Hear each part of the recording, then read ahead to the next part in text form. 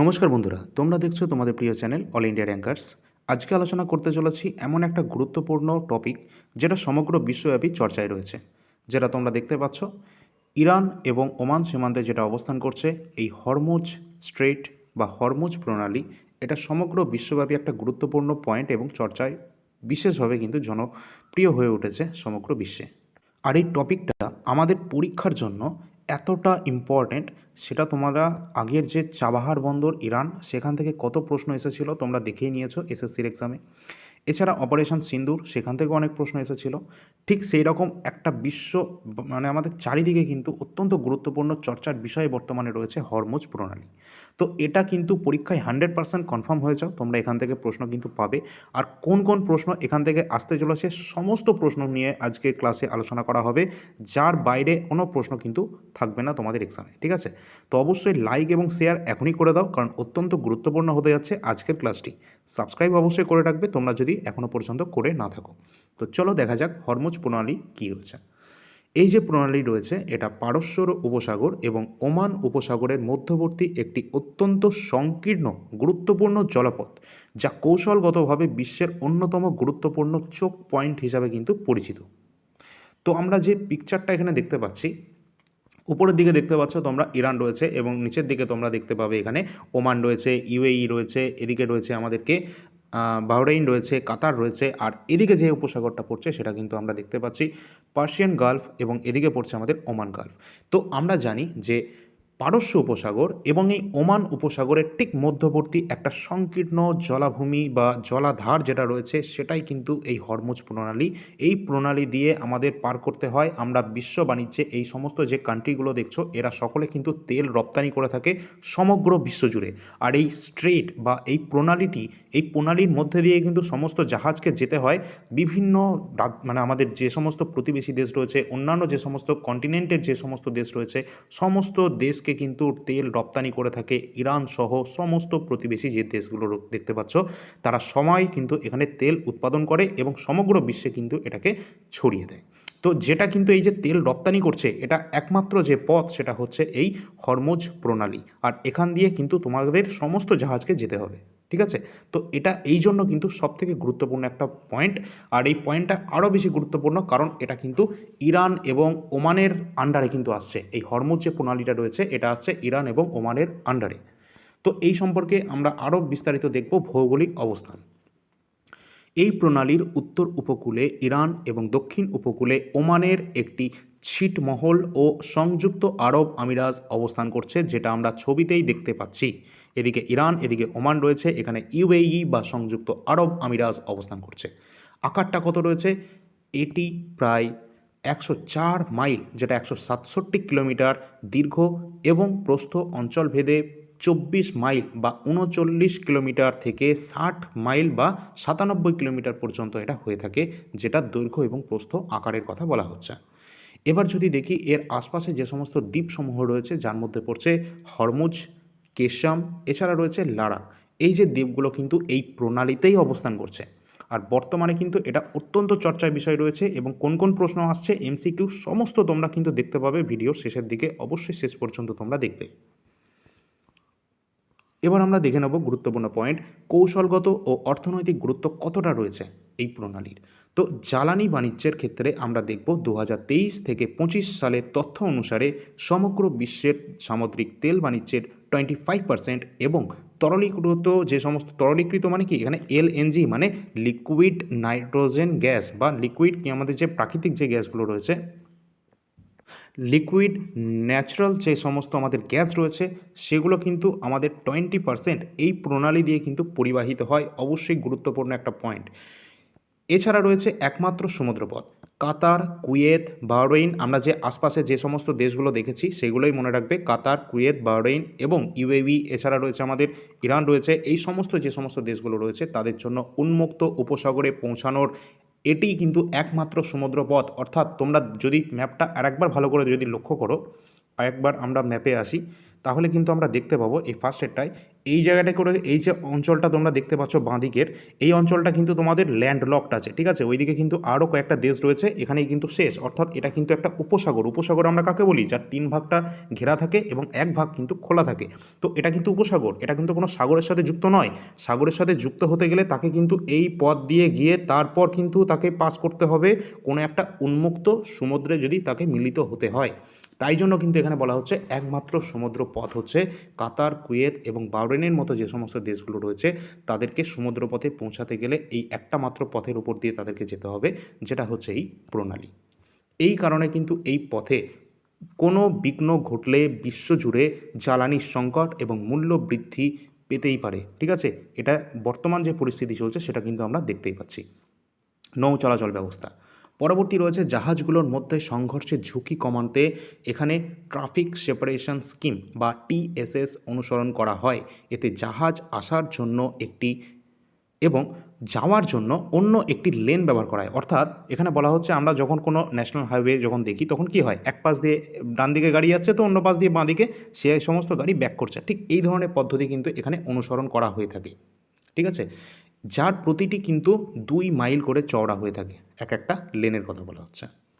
পরবর্তী পয়েন্টে আমরা দেখব যে জাহাজগুলো সাধারণত ইরান এবং ওমানের আঞ্চলিক জলসীমার মধ্য দিয়ে চলাচল করে, তবে ইরান বিভিন্ন সময় তার জলসীমার যুদ্ধজাহাজ চলাচলের ক্ষেত্রে পূর্বানুমতির শর্ত আরোপের চেষ্টা করেছে। অর্থাৎ ইরান কিন্তু করেছে, তার কারণ কিছু কিছু যখন যুদ্ধকালীন তৎপরতা বা যুদ্ধকালীন সময় যখন চলে আসে তখন সে যখন তার শত্রু দেশকে কিন্তু পারমিশন নিতে হয় তাকে, বা শত্রু দেশের যারা বন্ধু তাদেরকে কিন্তু পারমিশন কিন্তু নিতে হয় বা পূর্বের অনুমতি কিন্তু তাদেরকে নিতে হয় ইরানের থেকে। পরবর্তী রয়েছে ঐতিহাসিক এবং সাম্প্রতিক সংঘাত। ট্যাঙ্কার যুদ্ধ রয়েছে 1984 সালের ইরান ইরাক যুদ্ধের সময় বাণিজ্যিক জাহাজের ওপর আক্রমণের যে ঘটনা ঘটেছে সেটা ট্যাঙ্কার যুদ্ধ, যেটা 1984 সালে হয়েছিল।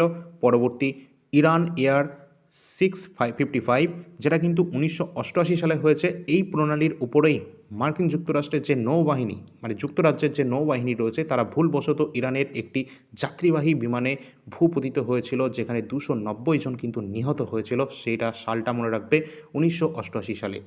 এবং 2026-এর যে সংকটটা আসছে সেটা সবথেকে বেশি গুরুত্বপূর্ণ। সাম্প্রতিক তথ্য অনুযায়ী 2026 সালের ইরান এবং ইসরায়েলের যুক্তরাষ্ট্রের মধ্যে যে যুদ্ধের উত্তেজনা, এর মধ্যে কিন্তু ইরান এই প্রণালীটি বন্ধ করার ঘোষণা করেছে এবং চলাচলকারী জাহাজে আক্রমণেরও হুমকি দিয়েছে।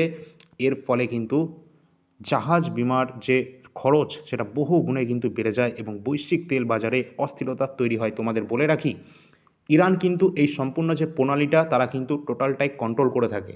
এবং এই যে যুদ্ধ পরিস্থিতি বর্তমানে তৈরি হয়েছে এবং যুদ্ধ পরিস্থিতি তৈরি হওয়ার কারণে দুজনেরই যারা যারা যুদ্ধ করছে তাদেরই কিছুটা ক্ষয়ক্ষতি হবে। ইরান কিন্তু এই সুযোগেও কিন্তু তোমরা মনে রাখবে এখানে যে সমস্ত জাহাজগুলো পাস করার যাদেরকে অনুমতি দিচ্ছে ইরান, যেমন আমাদের ভারতকে দিচ্ছে, চীনকে দিচ্ছে, রাশিয়াকে দিচ্ছে, এই ধরনের দেশগুলোকে দিচ্ছে, তো যাদেরকে অনুমতি দিচ্ছে তাদের থেকে কিন্তু মোটা অঙ্কের টাকাও কিন্তু সে এখন কামিয়ে নিচ্ছে। তার কারণ কি? তার কারণ হচ্ছে যুদ্ধে প্রচণ্ড পরিমাণে ক্ষয়ক্ষতি হয়, খরচ হয়। সেই খরচটা বহন করবে কে? অবশ্যই ইরান তো নয়। তো ইরান কিন্তু এই সুযোগে কিন্তু টাকাও কিন্তু কামিয়ে নিচ্ছে এই পথের মাধ্যমে, এই প্রণালীটি ব্যবহারের মাধ্যমে, ঠিক আছে। তো আমাদের বিকল্প কি কোনো পথ রয়েছে? তো সেই সম্পর্কে আমরা একটু দেখে নিই। হরমুজ প্রণালী, এর উপর নির্ভরতা কমাতে সংযুক্ত আরব আমিরাত যে হাবশান ফুজাই রাহা যে তেল পাইপলাইন নির্মাণ করেছে, একটা পাইপলাইন নির্মাণ করেছে যা সরাসরি ওমান উপসাগরে তেল পৌঁছাতে পারে। এছাড়া সৌদি আরবেরও নিজস্ব পাইপলাইন ব্যবস্থা আছে। তবে তরলীকৃত যে প্রাকৃতিক গ্যাস বা লিকুইড ন্যাচারাল গ্যাস পরিবহনের জন্য কোনো বিকল্প পথ কিন্তু নেই, এটি জাহাজেই পরিবহন করতে হয়। অর্থাৎ কোনো রকম পাইপলাইনের মাধ্যমে কিন্তু ডাইরেক্ট এই ধরনের ব্যবস্থাপনা এখনও পর্যন্ত নেই। এটা কিন্তু আমরা দেখতে পাই শুধুমাত্র জাহাজের মাধ্যমে, বড় বড় ট্যাঙ্কার বসানো থাকে, তার মাধ্যমে কিন্তু গ্যাস হোক তেল হোক সমস্ত কিছু কিন্তু পরিবহন করতে হয় একটা দেশ থেকে অন্য দেশে। তো এই ছিল আমাদের মোটামুটি এক ধরনের কনসেপ্ট বা থিওরি পার্ট, যেটা কিন্তু তোমাদের একটা ওভারঅল আইডিয়া কিন্তু দিয়েছে এই হরমুজ প্রণালী সম্পর্কে এবং কেন এটা আমাদের জন্য অত্যন্ত গুরুত্বপূর্ণ। এটা আমাদের জন্য বলে না, এটা সমগ্র বিশ্বের জন্য এমন একটা পথ যেখানে কিন্তু সমগ্র বিশ্বকে তেল রপ্তানি করতে গেলে এই পথ দিয়েই করতে হবে। সুতরাং ইরানকে একদম হালকায় নেওয়া যাবে না, ঠিক আছে। তো যাই হোক, এবার আমরা দেখব আমাদের এক্সামের জন্য গুরুত্বপূর্ণ এমসিকিউ, যেগুলো থেকে আমাদের এক্সামে ডাইরেক্ট প্রশ্ন চলে আসবে, অত্যন্ত গুরুত্বপূর্ণ হতে চলেছে, শেষ পর্যন্ত সকলে দেখবে। টোটাল ক্লাসের মধ্যে 50টা এমসিকিউ আলোচনা করা হবে।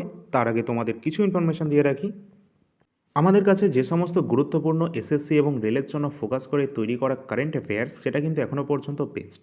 এখানে কিন্তু তোমাদের জানুয়ারি ফেব্রুয়ারি মাসে কারেন্ট অ্যাফেয়ার্স ইতিমধ্যে অ্যাভেলেবেল রয়েছে, মান্থলি কারেন্ট অ্যাফেয়ার্স, যেগুলো কিন্তু প্রতি মাসে 400 থেকে 450 কাছাকাছি প্রশ্ন তোমরা পেয়ে যাবে, যেগুলো প্রিলিমস মেন্স প্রতিটা এক্সামই কিন্তু কভার করে দেবে। বিশেষ করে এগুলো কিন্তু ফোকাস করে রেলওয়ে এবং এসএসসিকে, ঠিক আছে। তো অবশ্যই যাদের প্রয়োজনটা হচ্ছে, আমাদের অল ইন্ডিয়া র্যাঙ্কার যে মোবাইল অ্যাপ্লিকেশন রয়েছে, অথবা ডিসক্রিপশানেও তোমরা লিঙ্ক পেয়ে যাবে, তার মাধ্যমে তোমরা রেজিস্টার করে লগ ইন করবে, সেখানে সমস্ত পিডিএফ কিন্তু তোমরা পেয়ে যাবে। এছাড়া স্ট্যাটিক জিকে এমন একটা টপিক যেটা প্রতিটা এক্সামের জন্য ইম্পর্টেন্ট। সমস্ত এক্সামের যে স্ট্যাটিক জিকে রয়েছে, যেটা কিন্তু অবশ্যই গুরুত্বপূর্ণ পয়েন্ট, 120টার ওপর টপিকের সংখ্যা এখানে আমরা অ্যাড করেছি, যেগুলো আমাদের সাম্প্রতিককালের এক্সামে আসা কোয়েশ্চেন রয়েছে।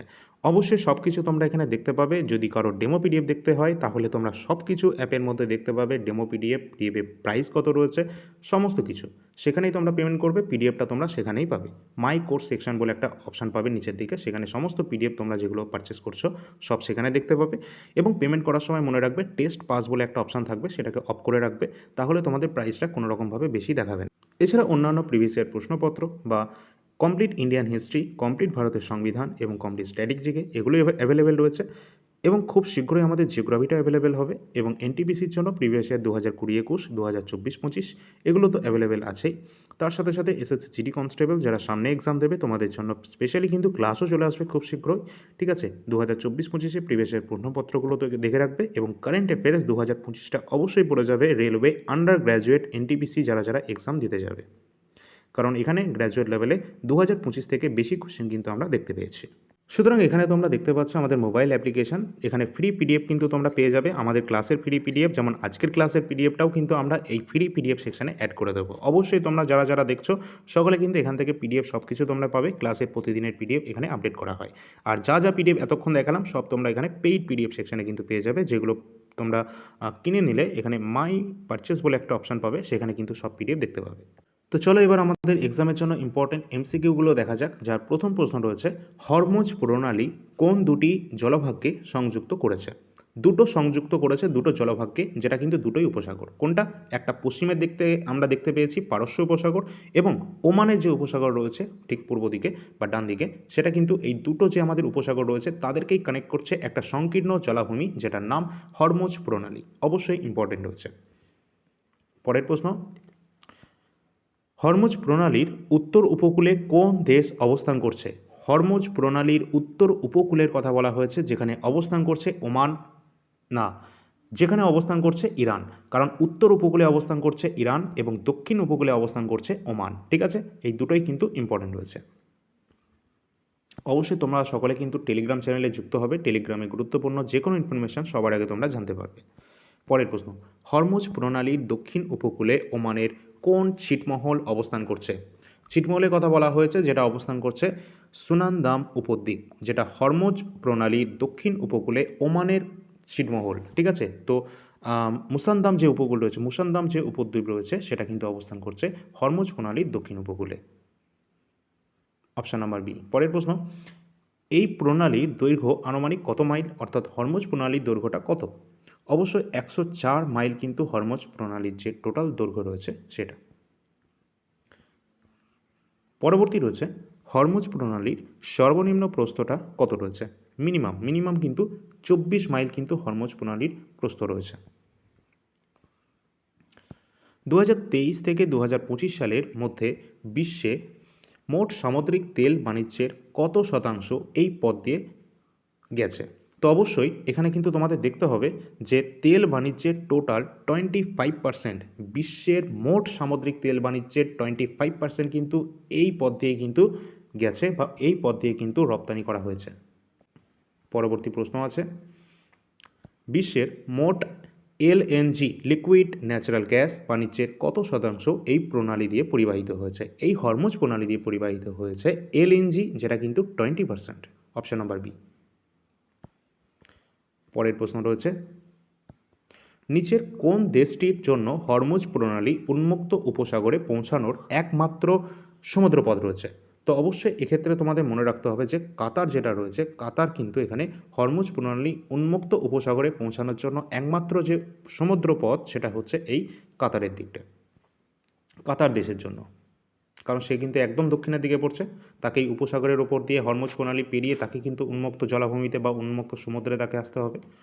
পরের পরের প্রশ্ন রয়েছে, তোমরা কিন্তু জানো যে এই যে আমাদের যে ইরান রয়েছে না, ইরানের যে আমাদের পরীক্ষায় যেটা প্রশ্ন এসেছিলো, সম্ভবত কোনটা জানো, তোমাদের এসএসসির এক্সামে প্রশ্ন এসেছিলো চাবাহার বন্দর। এই চাবাহার বন্দর কিন্তু যেটা 10 বছরের একটা চুক্তি হয়েছিল ভারতের সাথে ইরানের, যেখানে কিন্তু ভারতে এই মানে ইরানের যে চাবাহার বন্দর রয়েছে সেটা কিন্তু আমাদের ভারত কিন্তু ব্যবহার করতো। কেন ব্যবহার করতো? কারণ যখন এই চাবাহার বন্দর তৈরি করা হয়েছিল সেখানে কিন্তু একটা বিরাট পরিমাণে শেয়ার বা অংশীদারিত্ব বা তোমরা বলতে পারো সাহায্য কিন্তু ভারত কিন্তু করেছিল, তার জন্য ভারতকে সেটা ব্যবহারের সুযোগ দিয়েছিল কিন্তু ইরান। তো এই জন্য কিন্তু ইরানের সাথে একটা ভালো সম্পর্ক কিন্তু ভারতের সাথে একটা প্রথম থেকেই ছিল।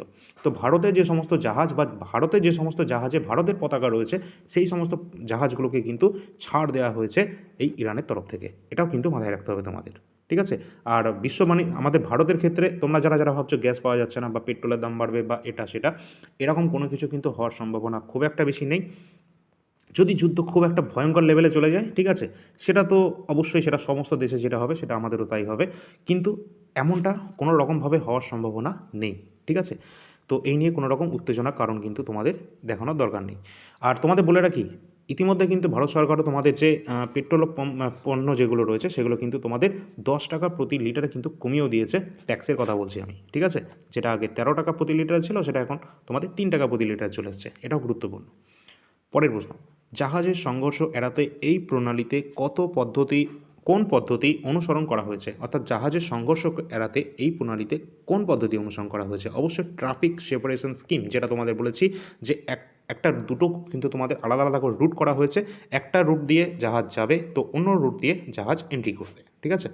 চলো পরের প্রশ্ন, ট্রাফিক সেপারেশন স্কিমে প্রতিটি লেনের প্রস্থ কত রয়েছে? অবশ্যই 2 মাইল কিন্তু রয়েছে। অবশ্যই কিন্তু ইম্পর্টেন্ট, কেউ কিন্তু এগুলো হালকায় নেবে না, ঠিক আছে, কারণ অত্যন্ত গুরুত্বপূর্ণ কিন্তু রয়েছে এই হরমুজ প্রণালী। হরমুজ প্রণালীতে অবস্থিত একটি উল্লেখযোগ্য দ্বীপের নাম কি? অবশ্যই 3টে দ্বীপ দেখেছিলাম, তার মধ্যে পড়ছে এখানে Qeshm, option number B. Next question, Hormuz নামের একটি সম্ভাব্য উৎপত্তি পারস্যের কোন দেবতার নাম থেকে এসেছে? তো পারস্যের একটা দেবতার নাম থেকে এসেছে হরমুজ নাম, যেটা হচ্ছে অহুরা মাজদা, অপশান নাম্বার বি।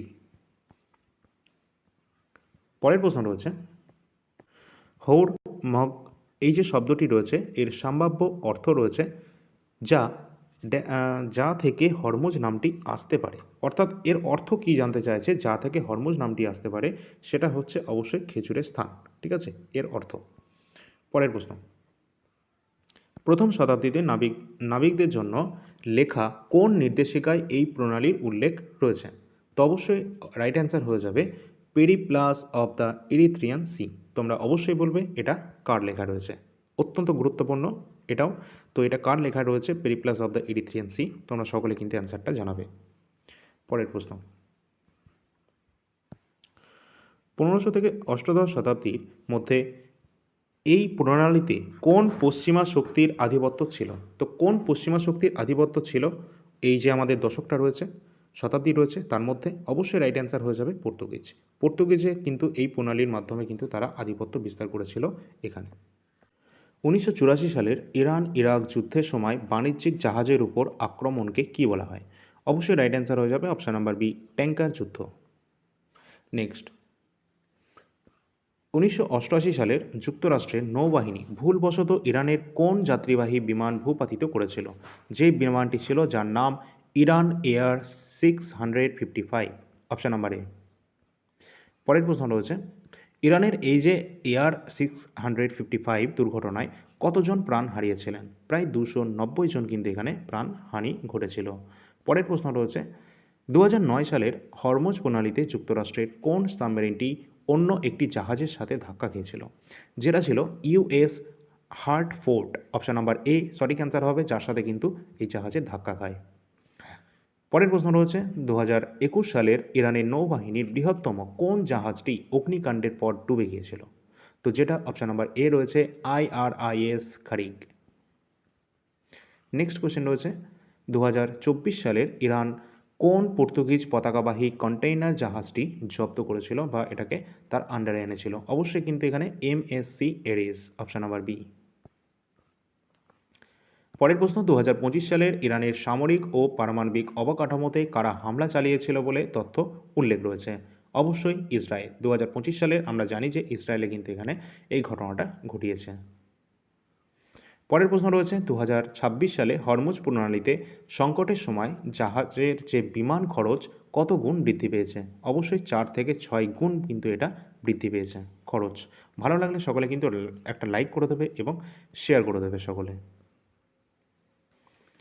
পরের প্রশ্ন, 2026 সালের 28শে ফেব্রুয়ারি ইরানের বিপ্লবী গার্ড ভিলেভ বার্তার মাধ্যমে কি ঘোষণা করেছিল? অবশ্যই এক্ষেত্রে কিন্তু জাহাজ চলাচলের যে অনুমতি নেই সেটা কিন্তু ঘোষণা করা হয়েছিল 2026-এর 28শে ফেব্রুয়ারিতে, অপশান নাম্বার বি।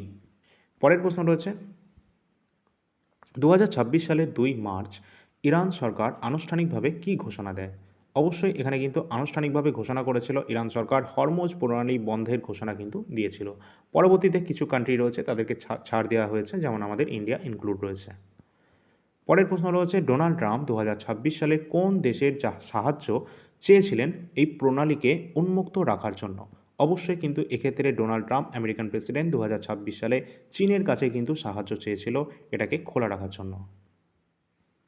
আর এটাও কিন্তু মাথায় রাখবে, এখানে কিন্তু যে সমস্ত জিনিসগুলো করা হচ্ছে এখানে কিন্তু পাকিস্তান কিন্তু অনেক গুরুত্ব রয়েছে তারও, ঠিক আছে। পরের প্রশ্ন, চীন তার জ্বালানি আমদানি কত শতাংশের জন্য হরমুজ প্রণালীর ওপর নির্ভরশীল রয়েছে?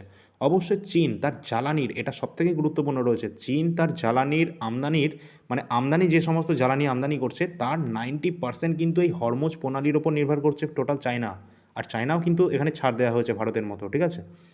পরের প্রশ্ন, কারণ ভারত এবং চীন অত্যন্ত গুরুত্বপূর্ণ হয়ে যায় আন্তর্জাতিক বাণিজ্যে, কারণ এদের জনসংখ্যা অত্যন্ত গুরুত্বপূর্ণ, ঠিক আছে। আর যারা কিন্তু মানে একটা বিরাট বড় বাজারই হচ্ছে সমগ্র বিশ্বের মধ্যে এই ভারত, চীন, রাশিয়া, ঠিক আছে, আমেরিকাও রয়েছে।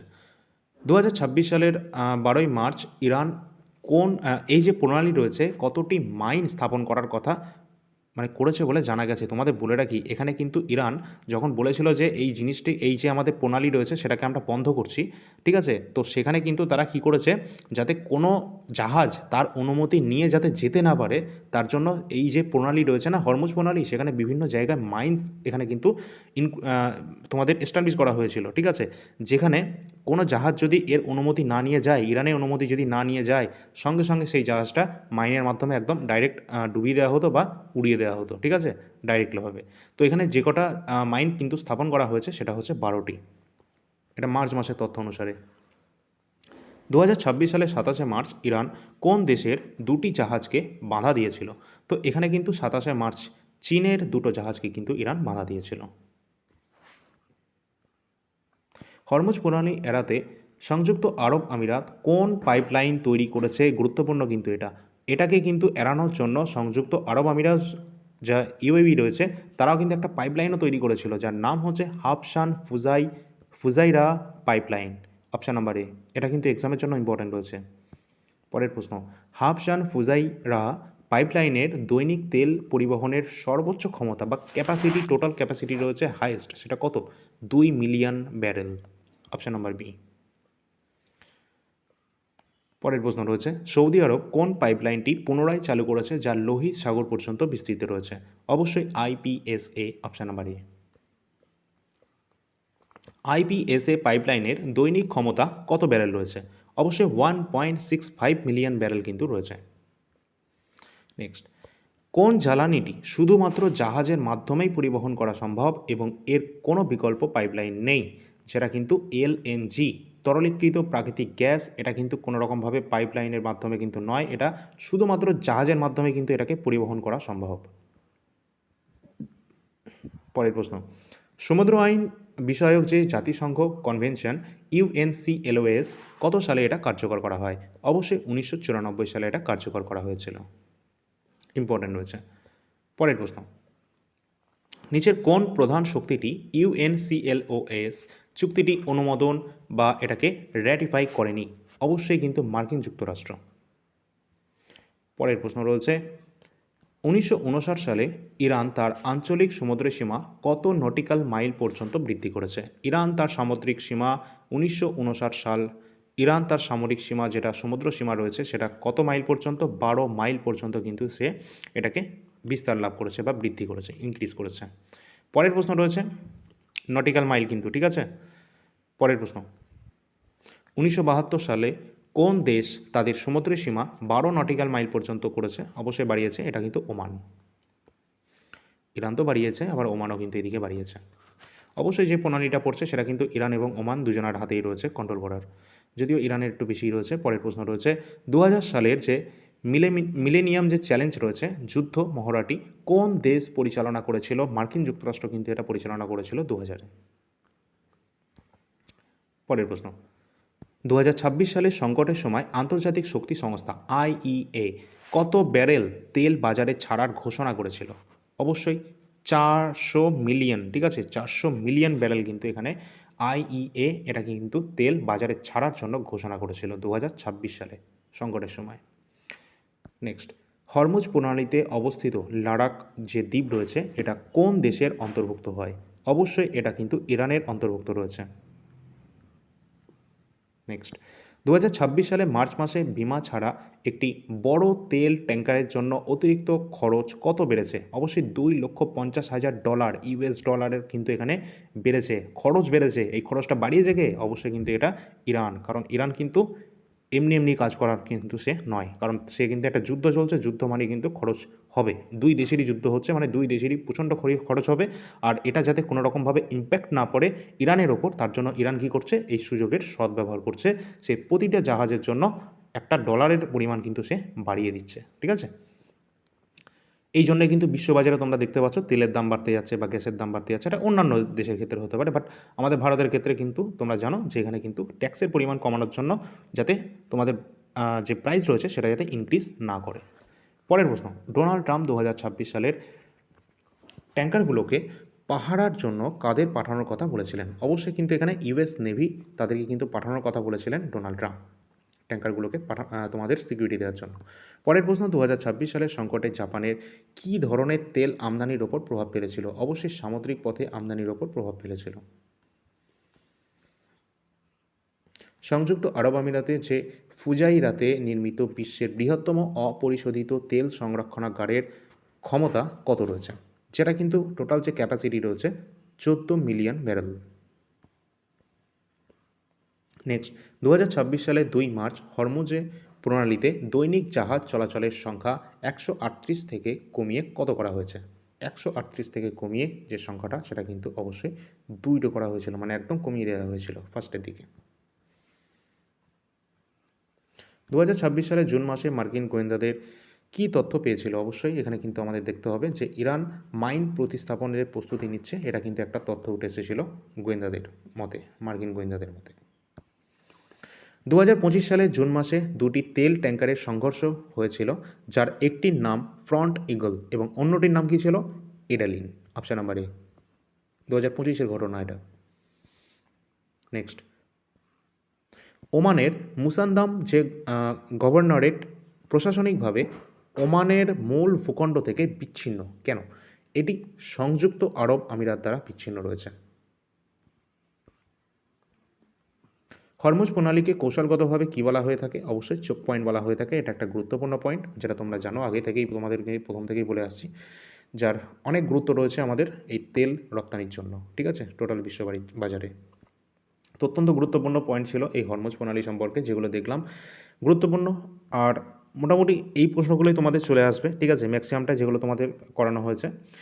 আর অবশ্যই তোমরা কিন্তু সকলে একটা লাইক এবং শেয়ার করে রাখবে, চ্যানেলটা সাবস্ক্রাইব করে রাখবে পরবর্তী এই ধরনের আপডেটগুলো পাওয়ার জন্য।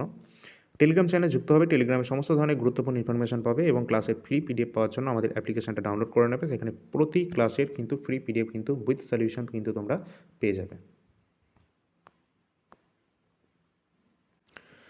তো তোমাদের যাদের রেলের এক্সাম রয়েছে সামনে, railway NTPC under graduate exam রয়েছে, তাদের জন্য কারেন্ট অ্যাফেয়ার্স মোস্ট ইম্পর্টেন্ট, কারণ কারেন্ট অ্যাফেয়ার্স ছাড়া রেলের পরীক্ষা একদম দেওয়াই যাবে না, ঠিক আছে।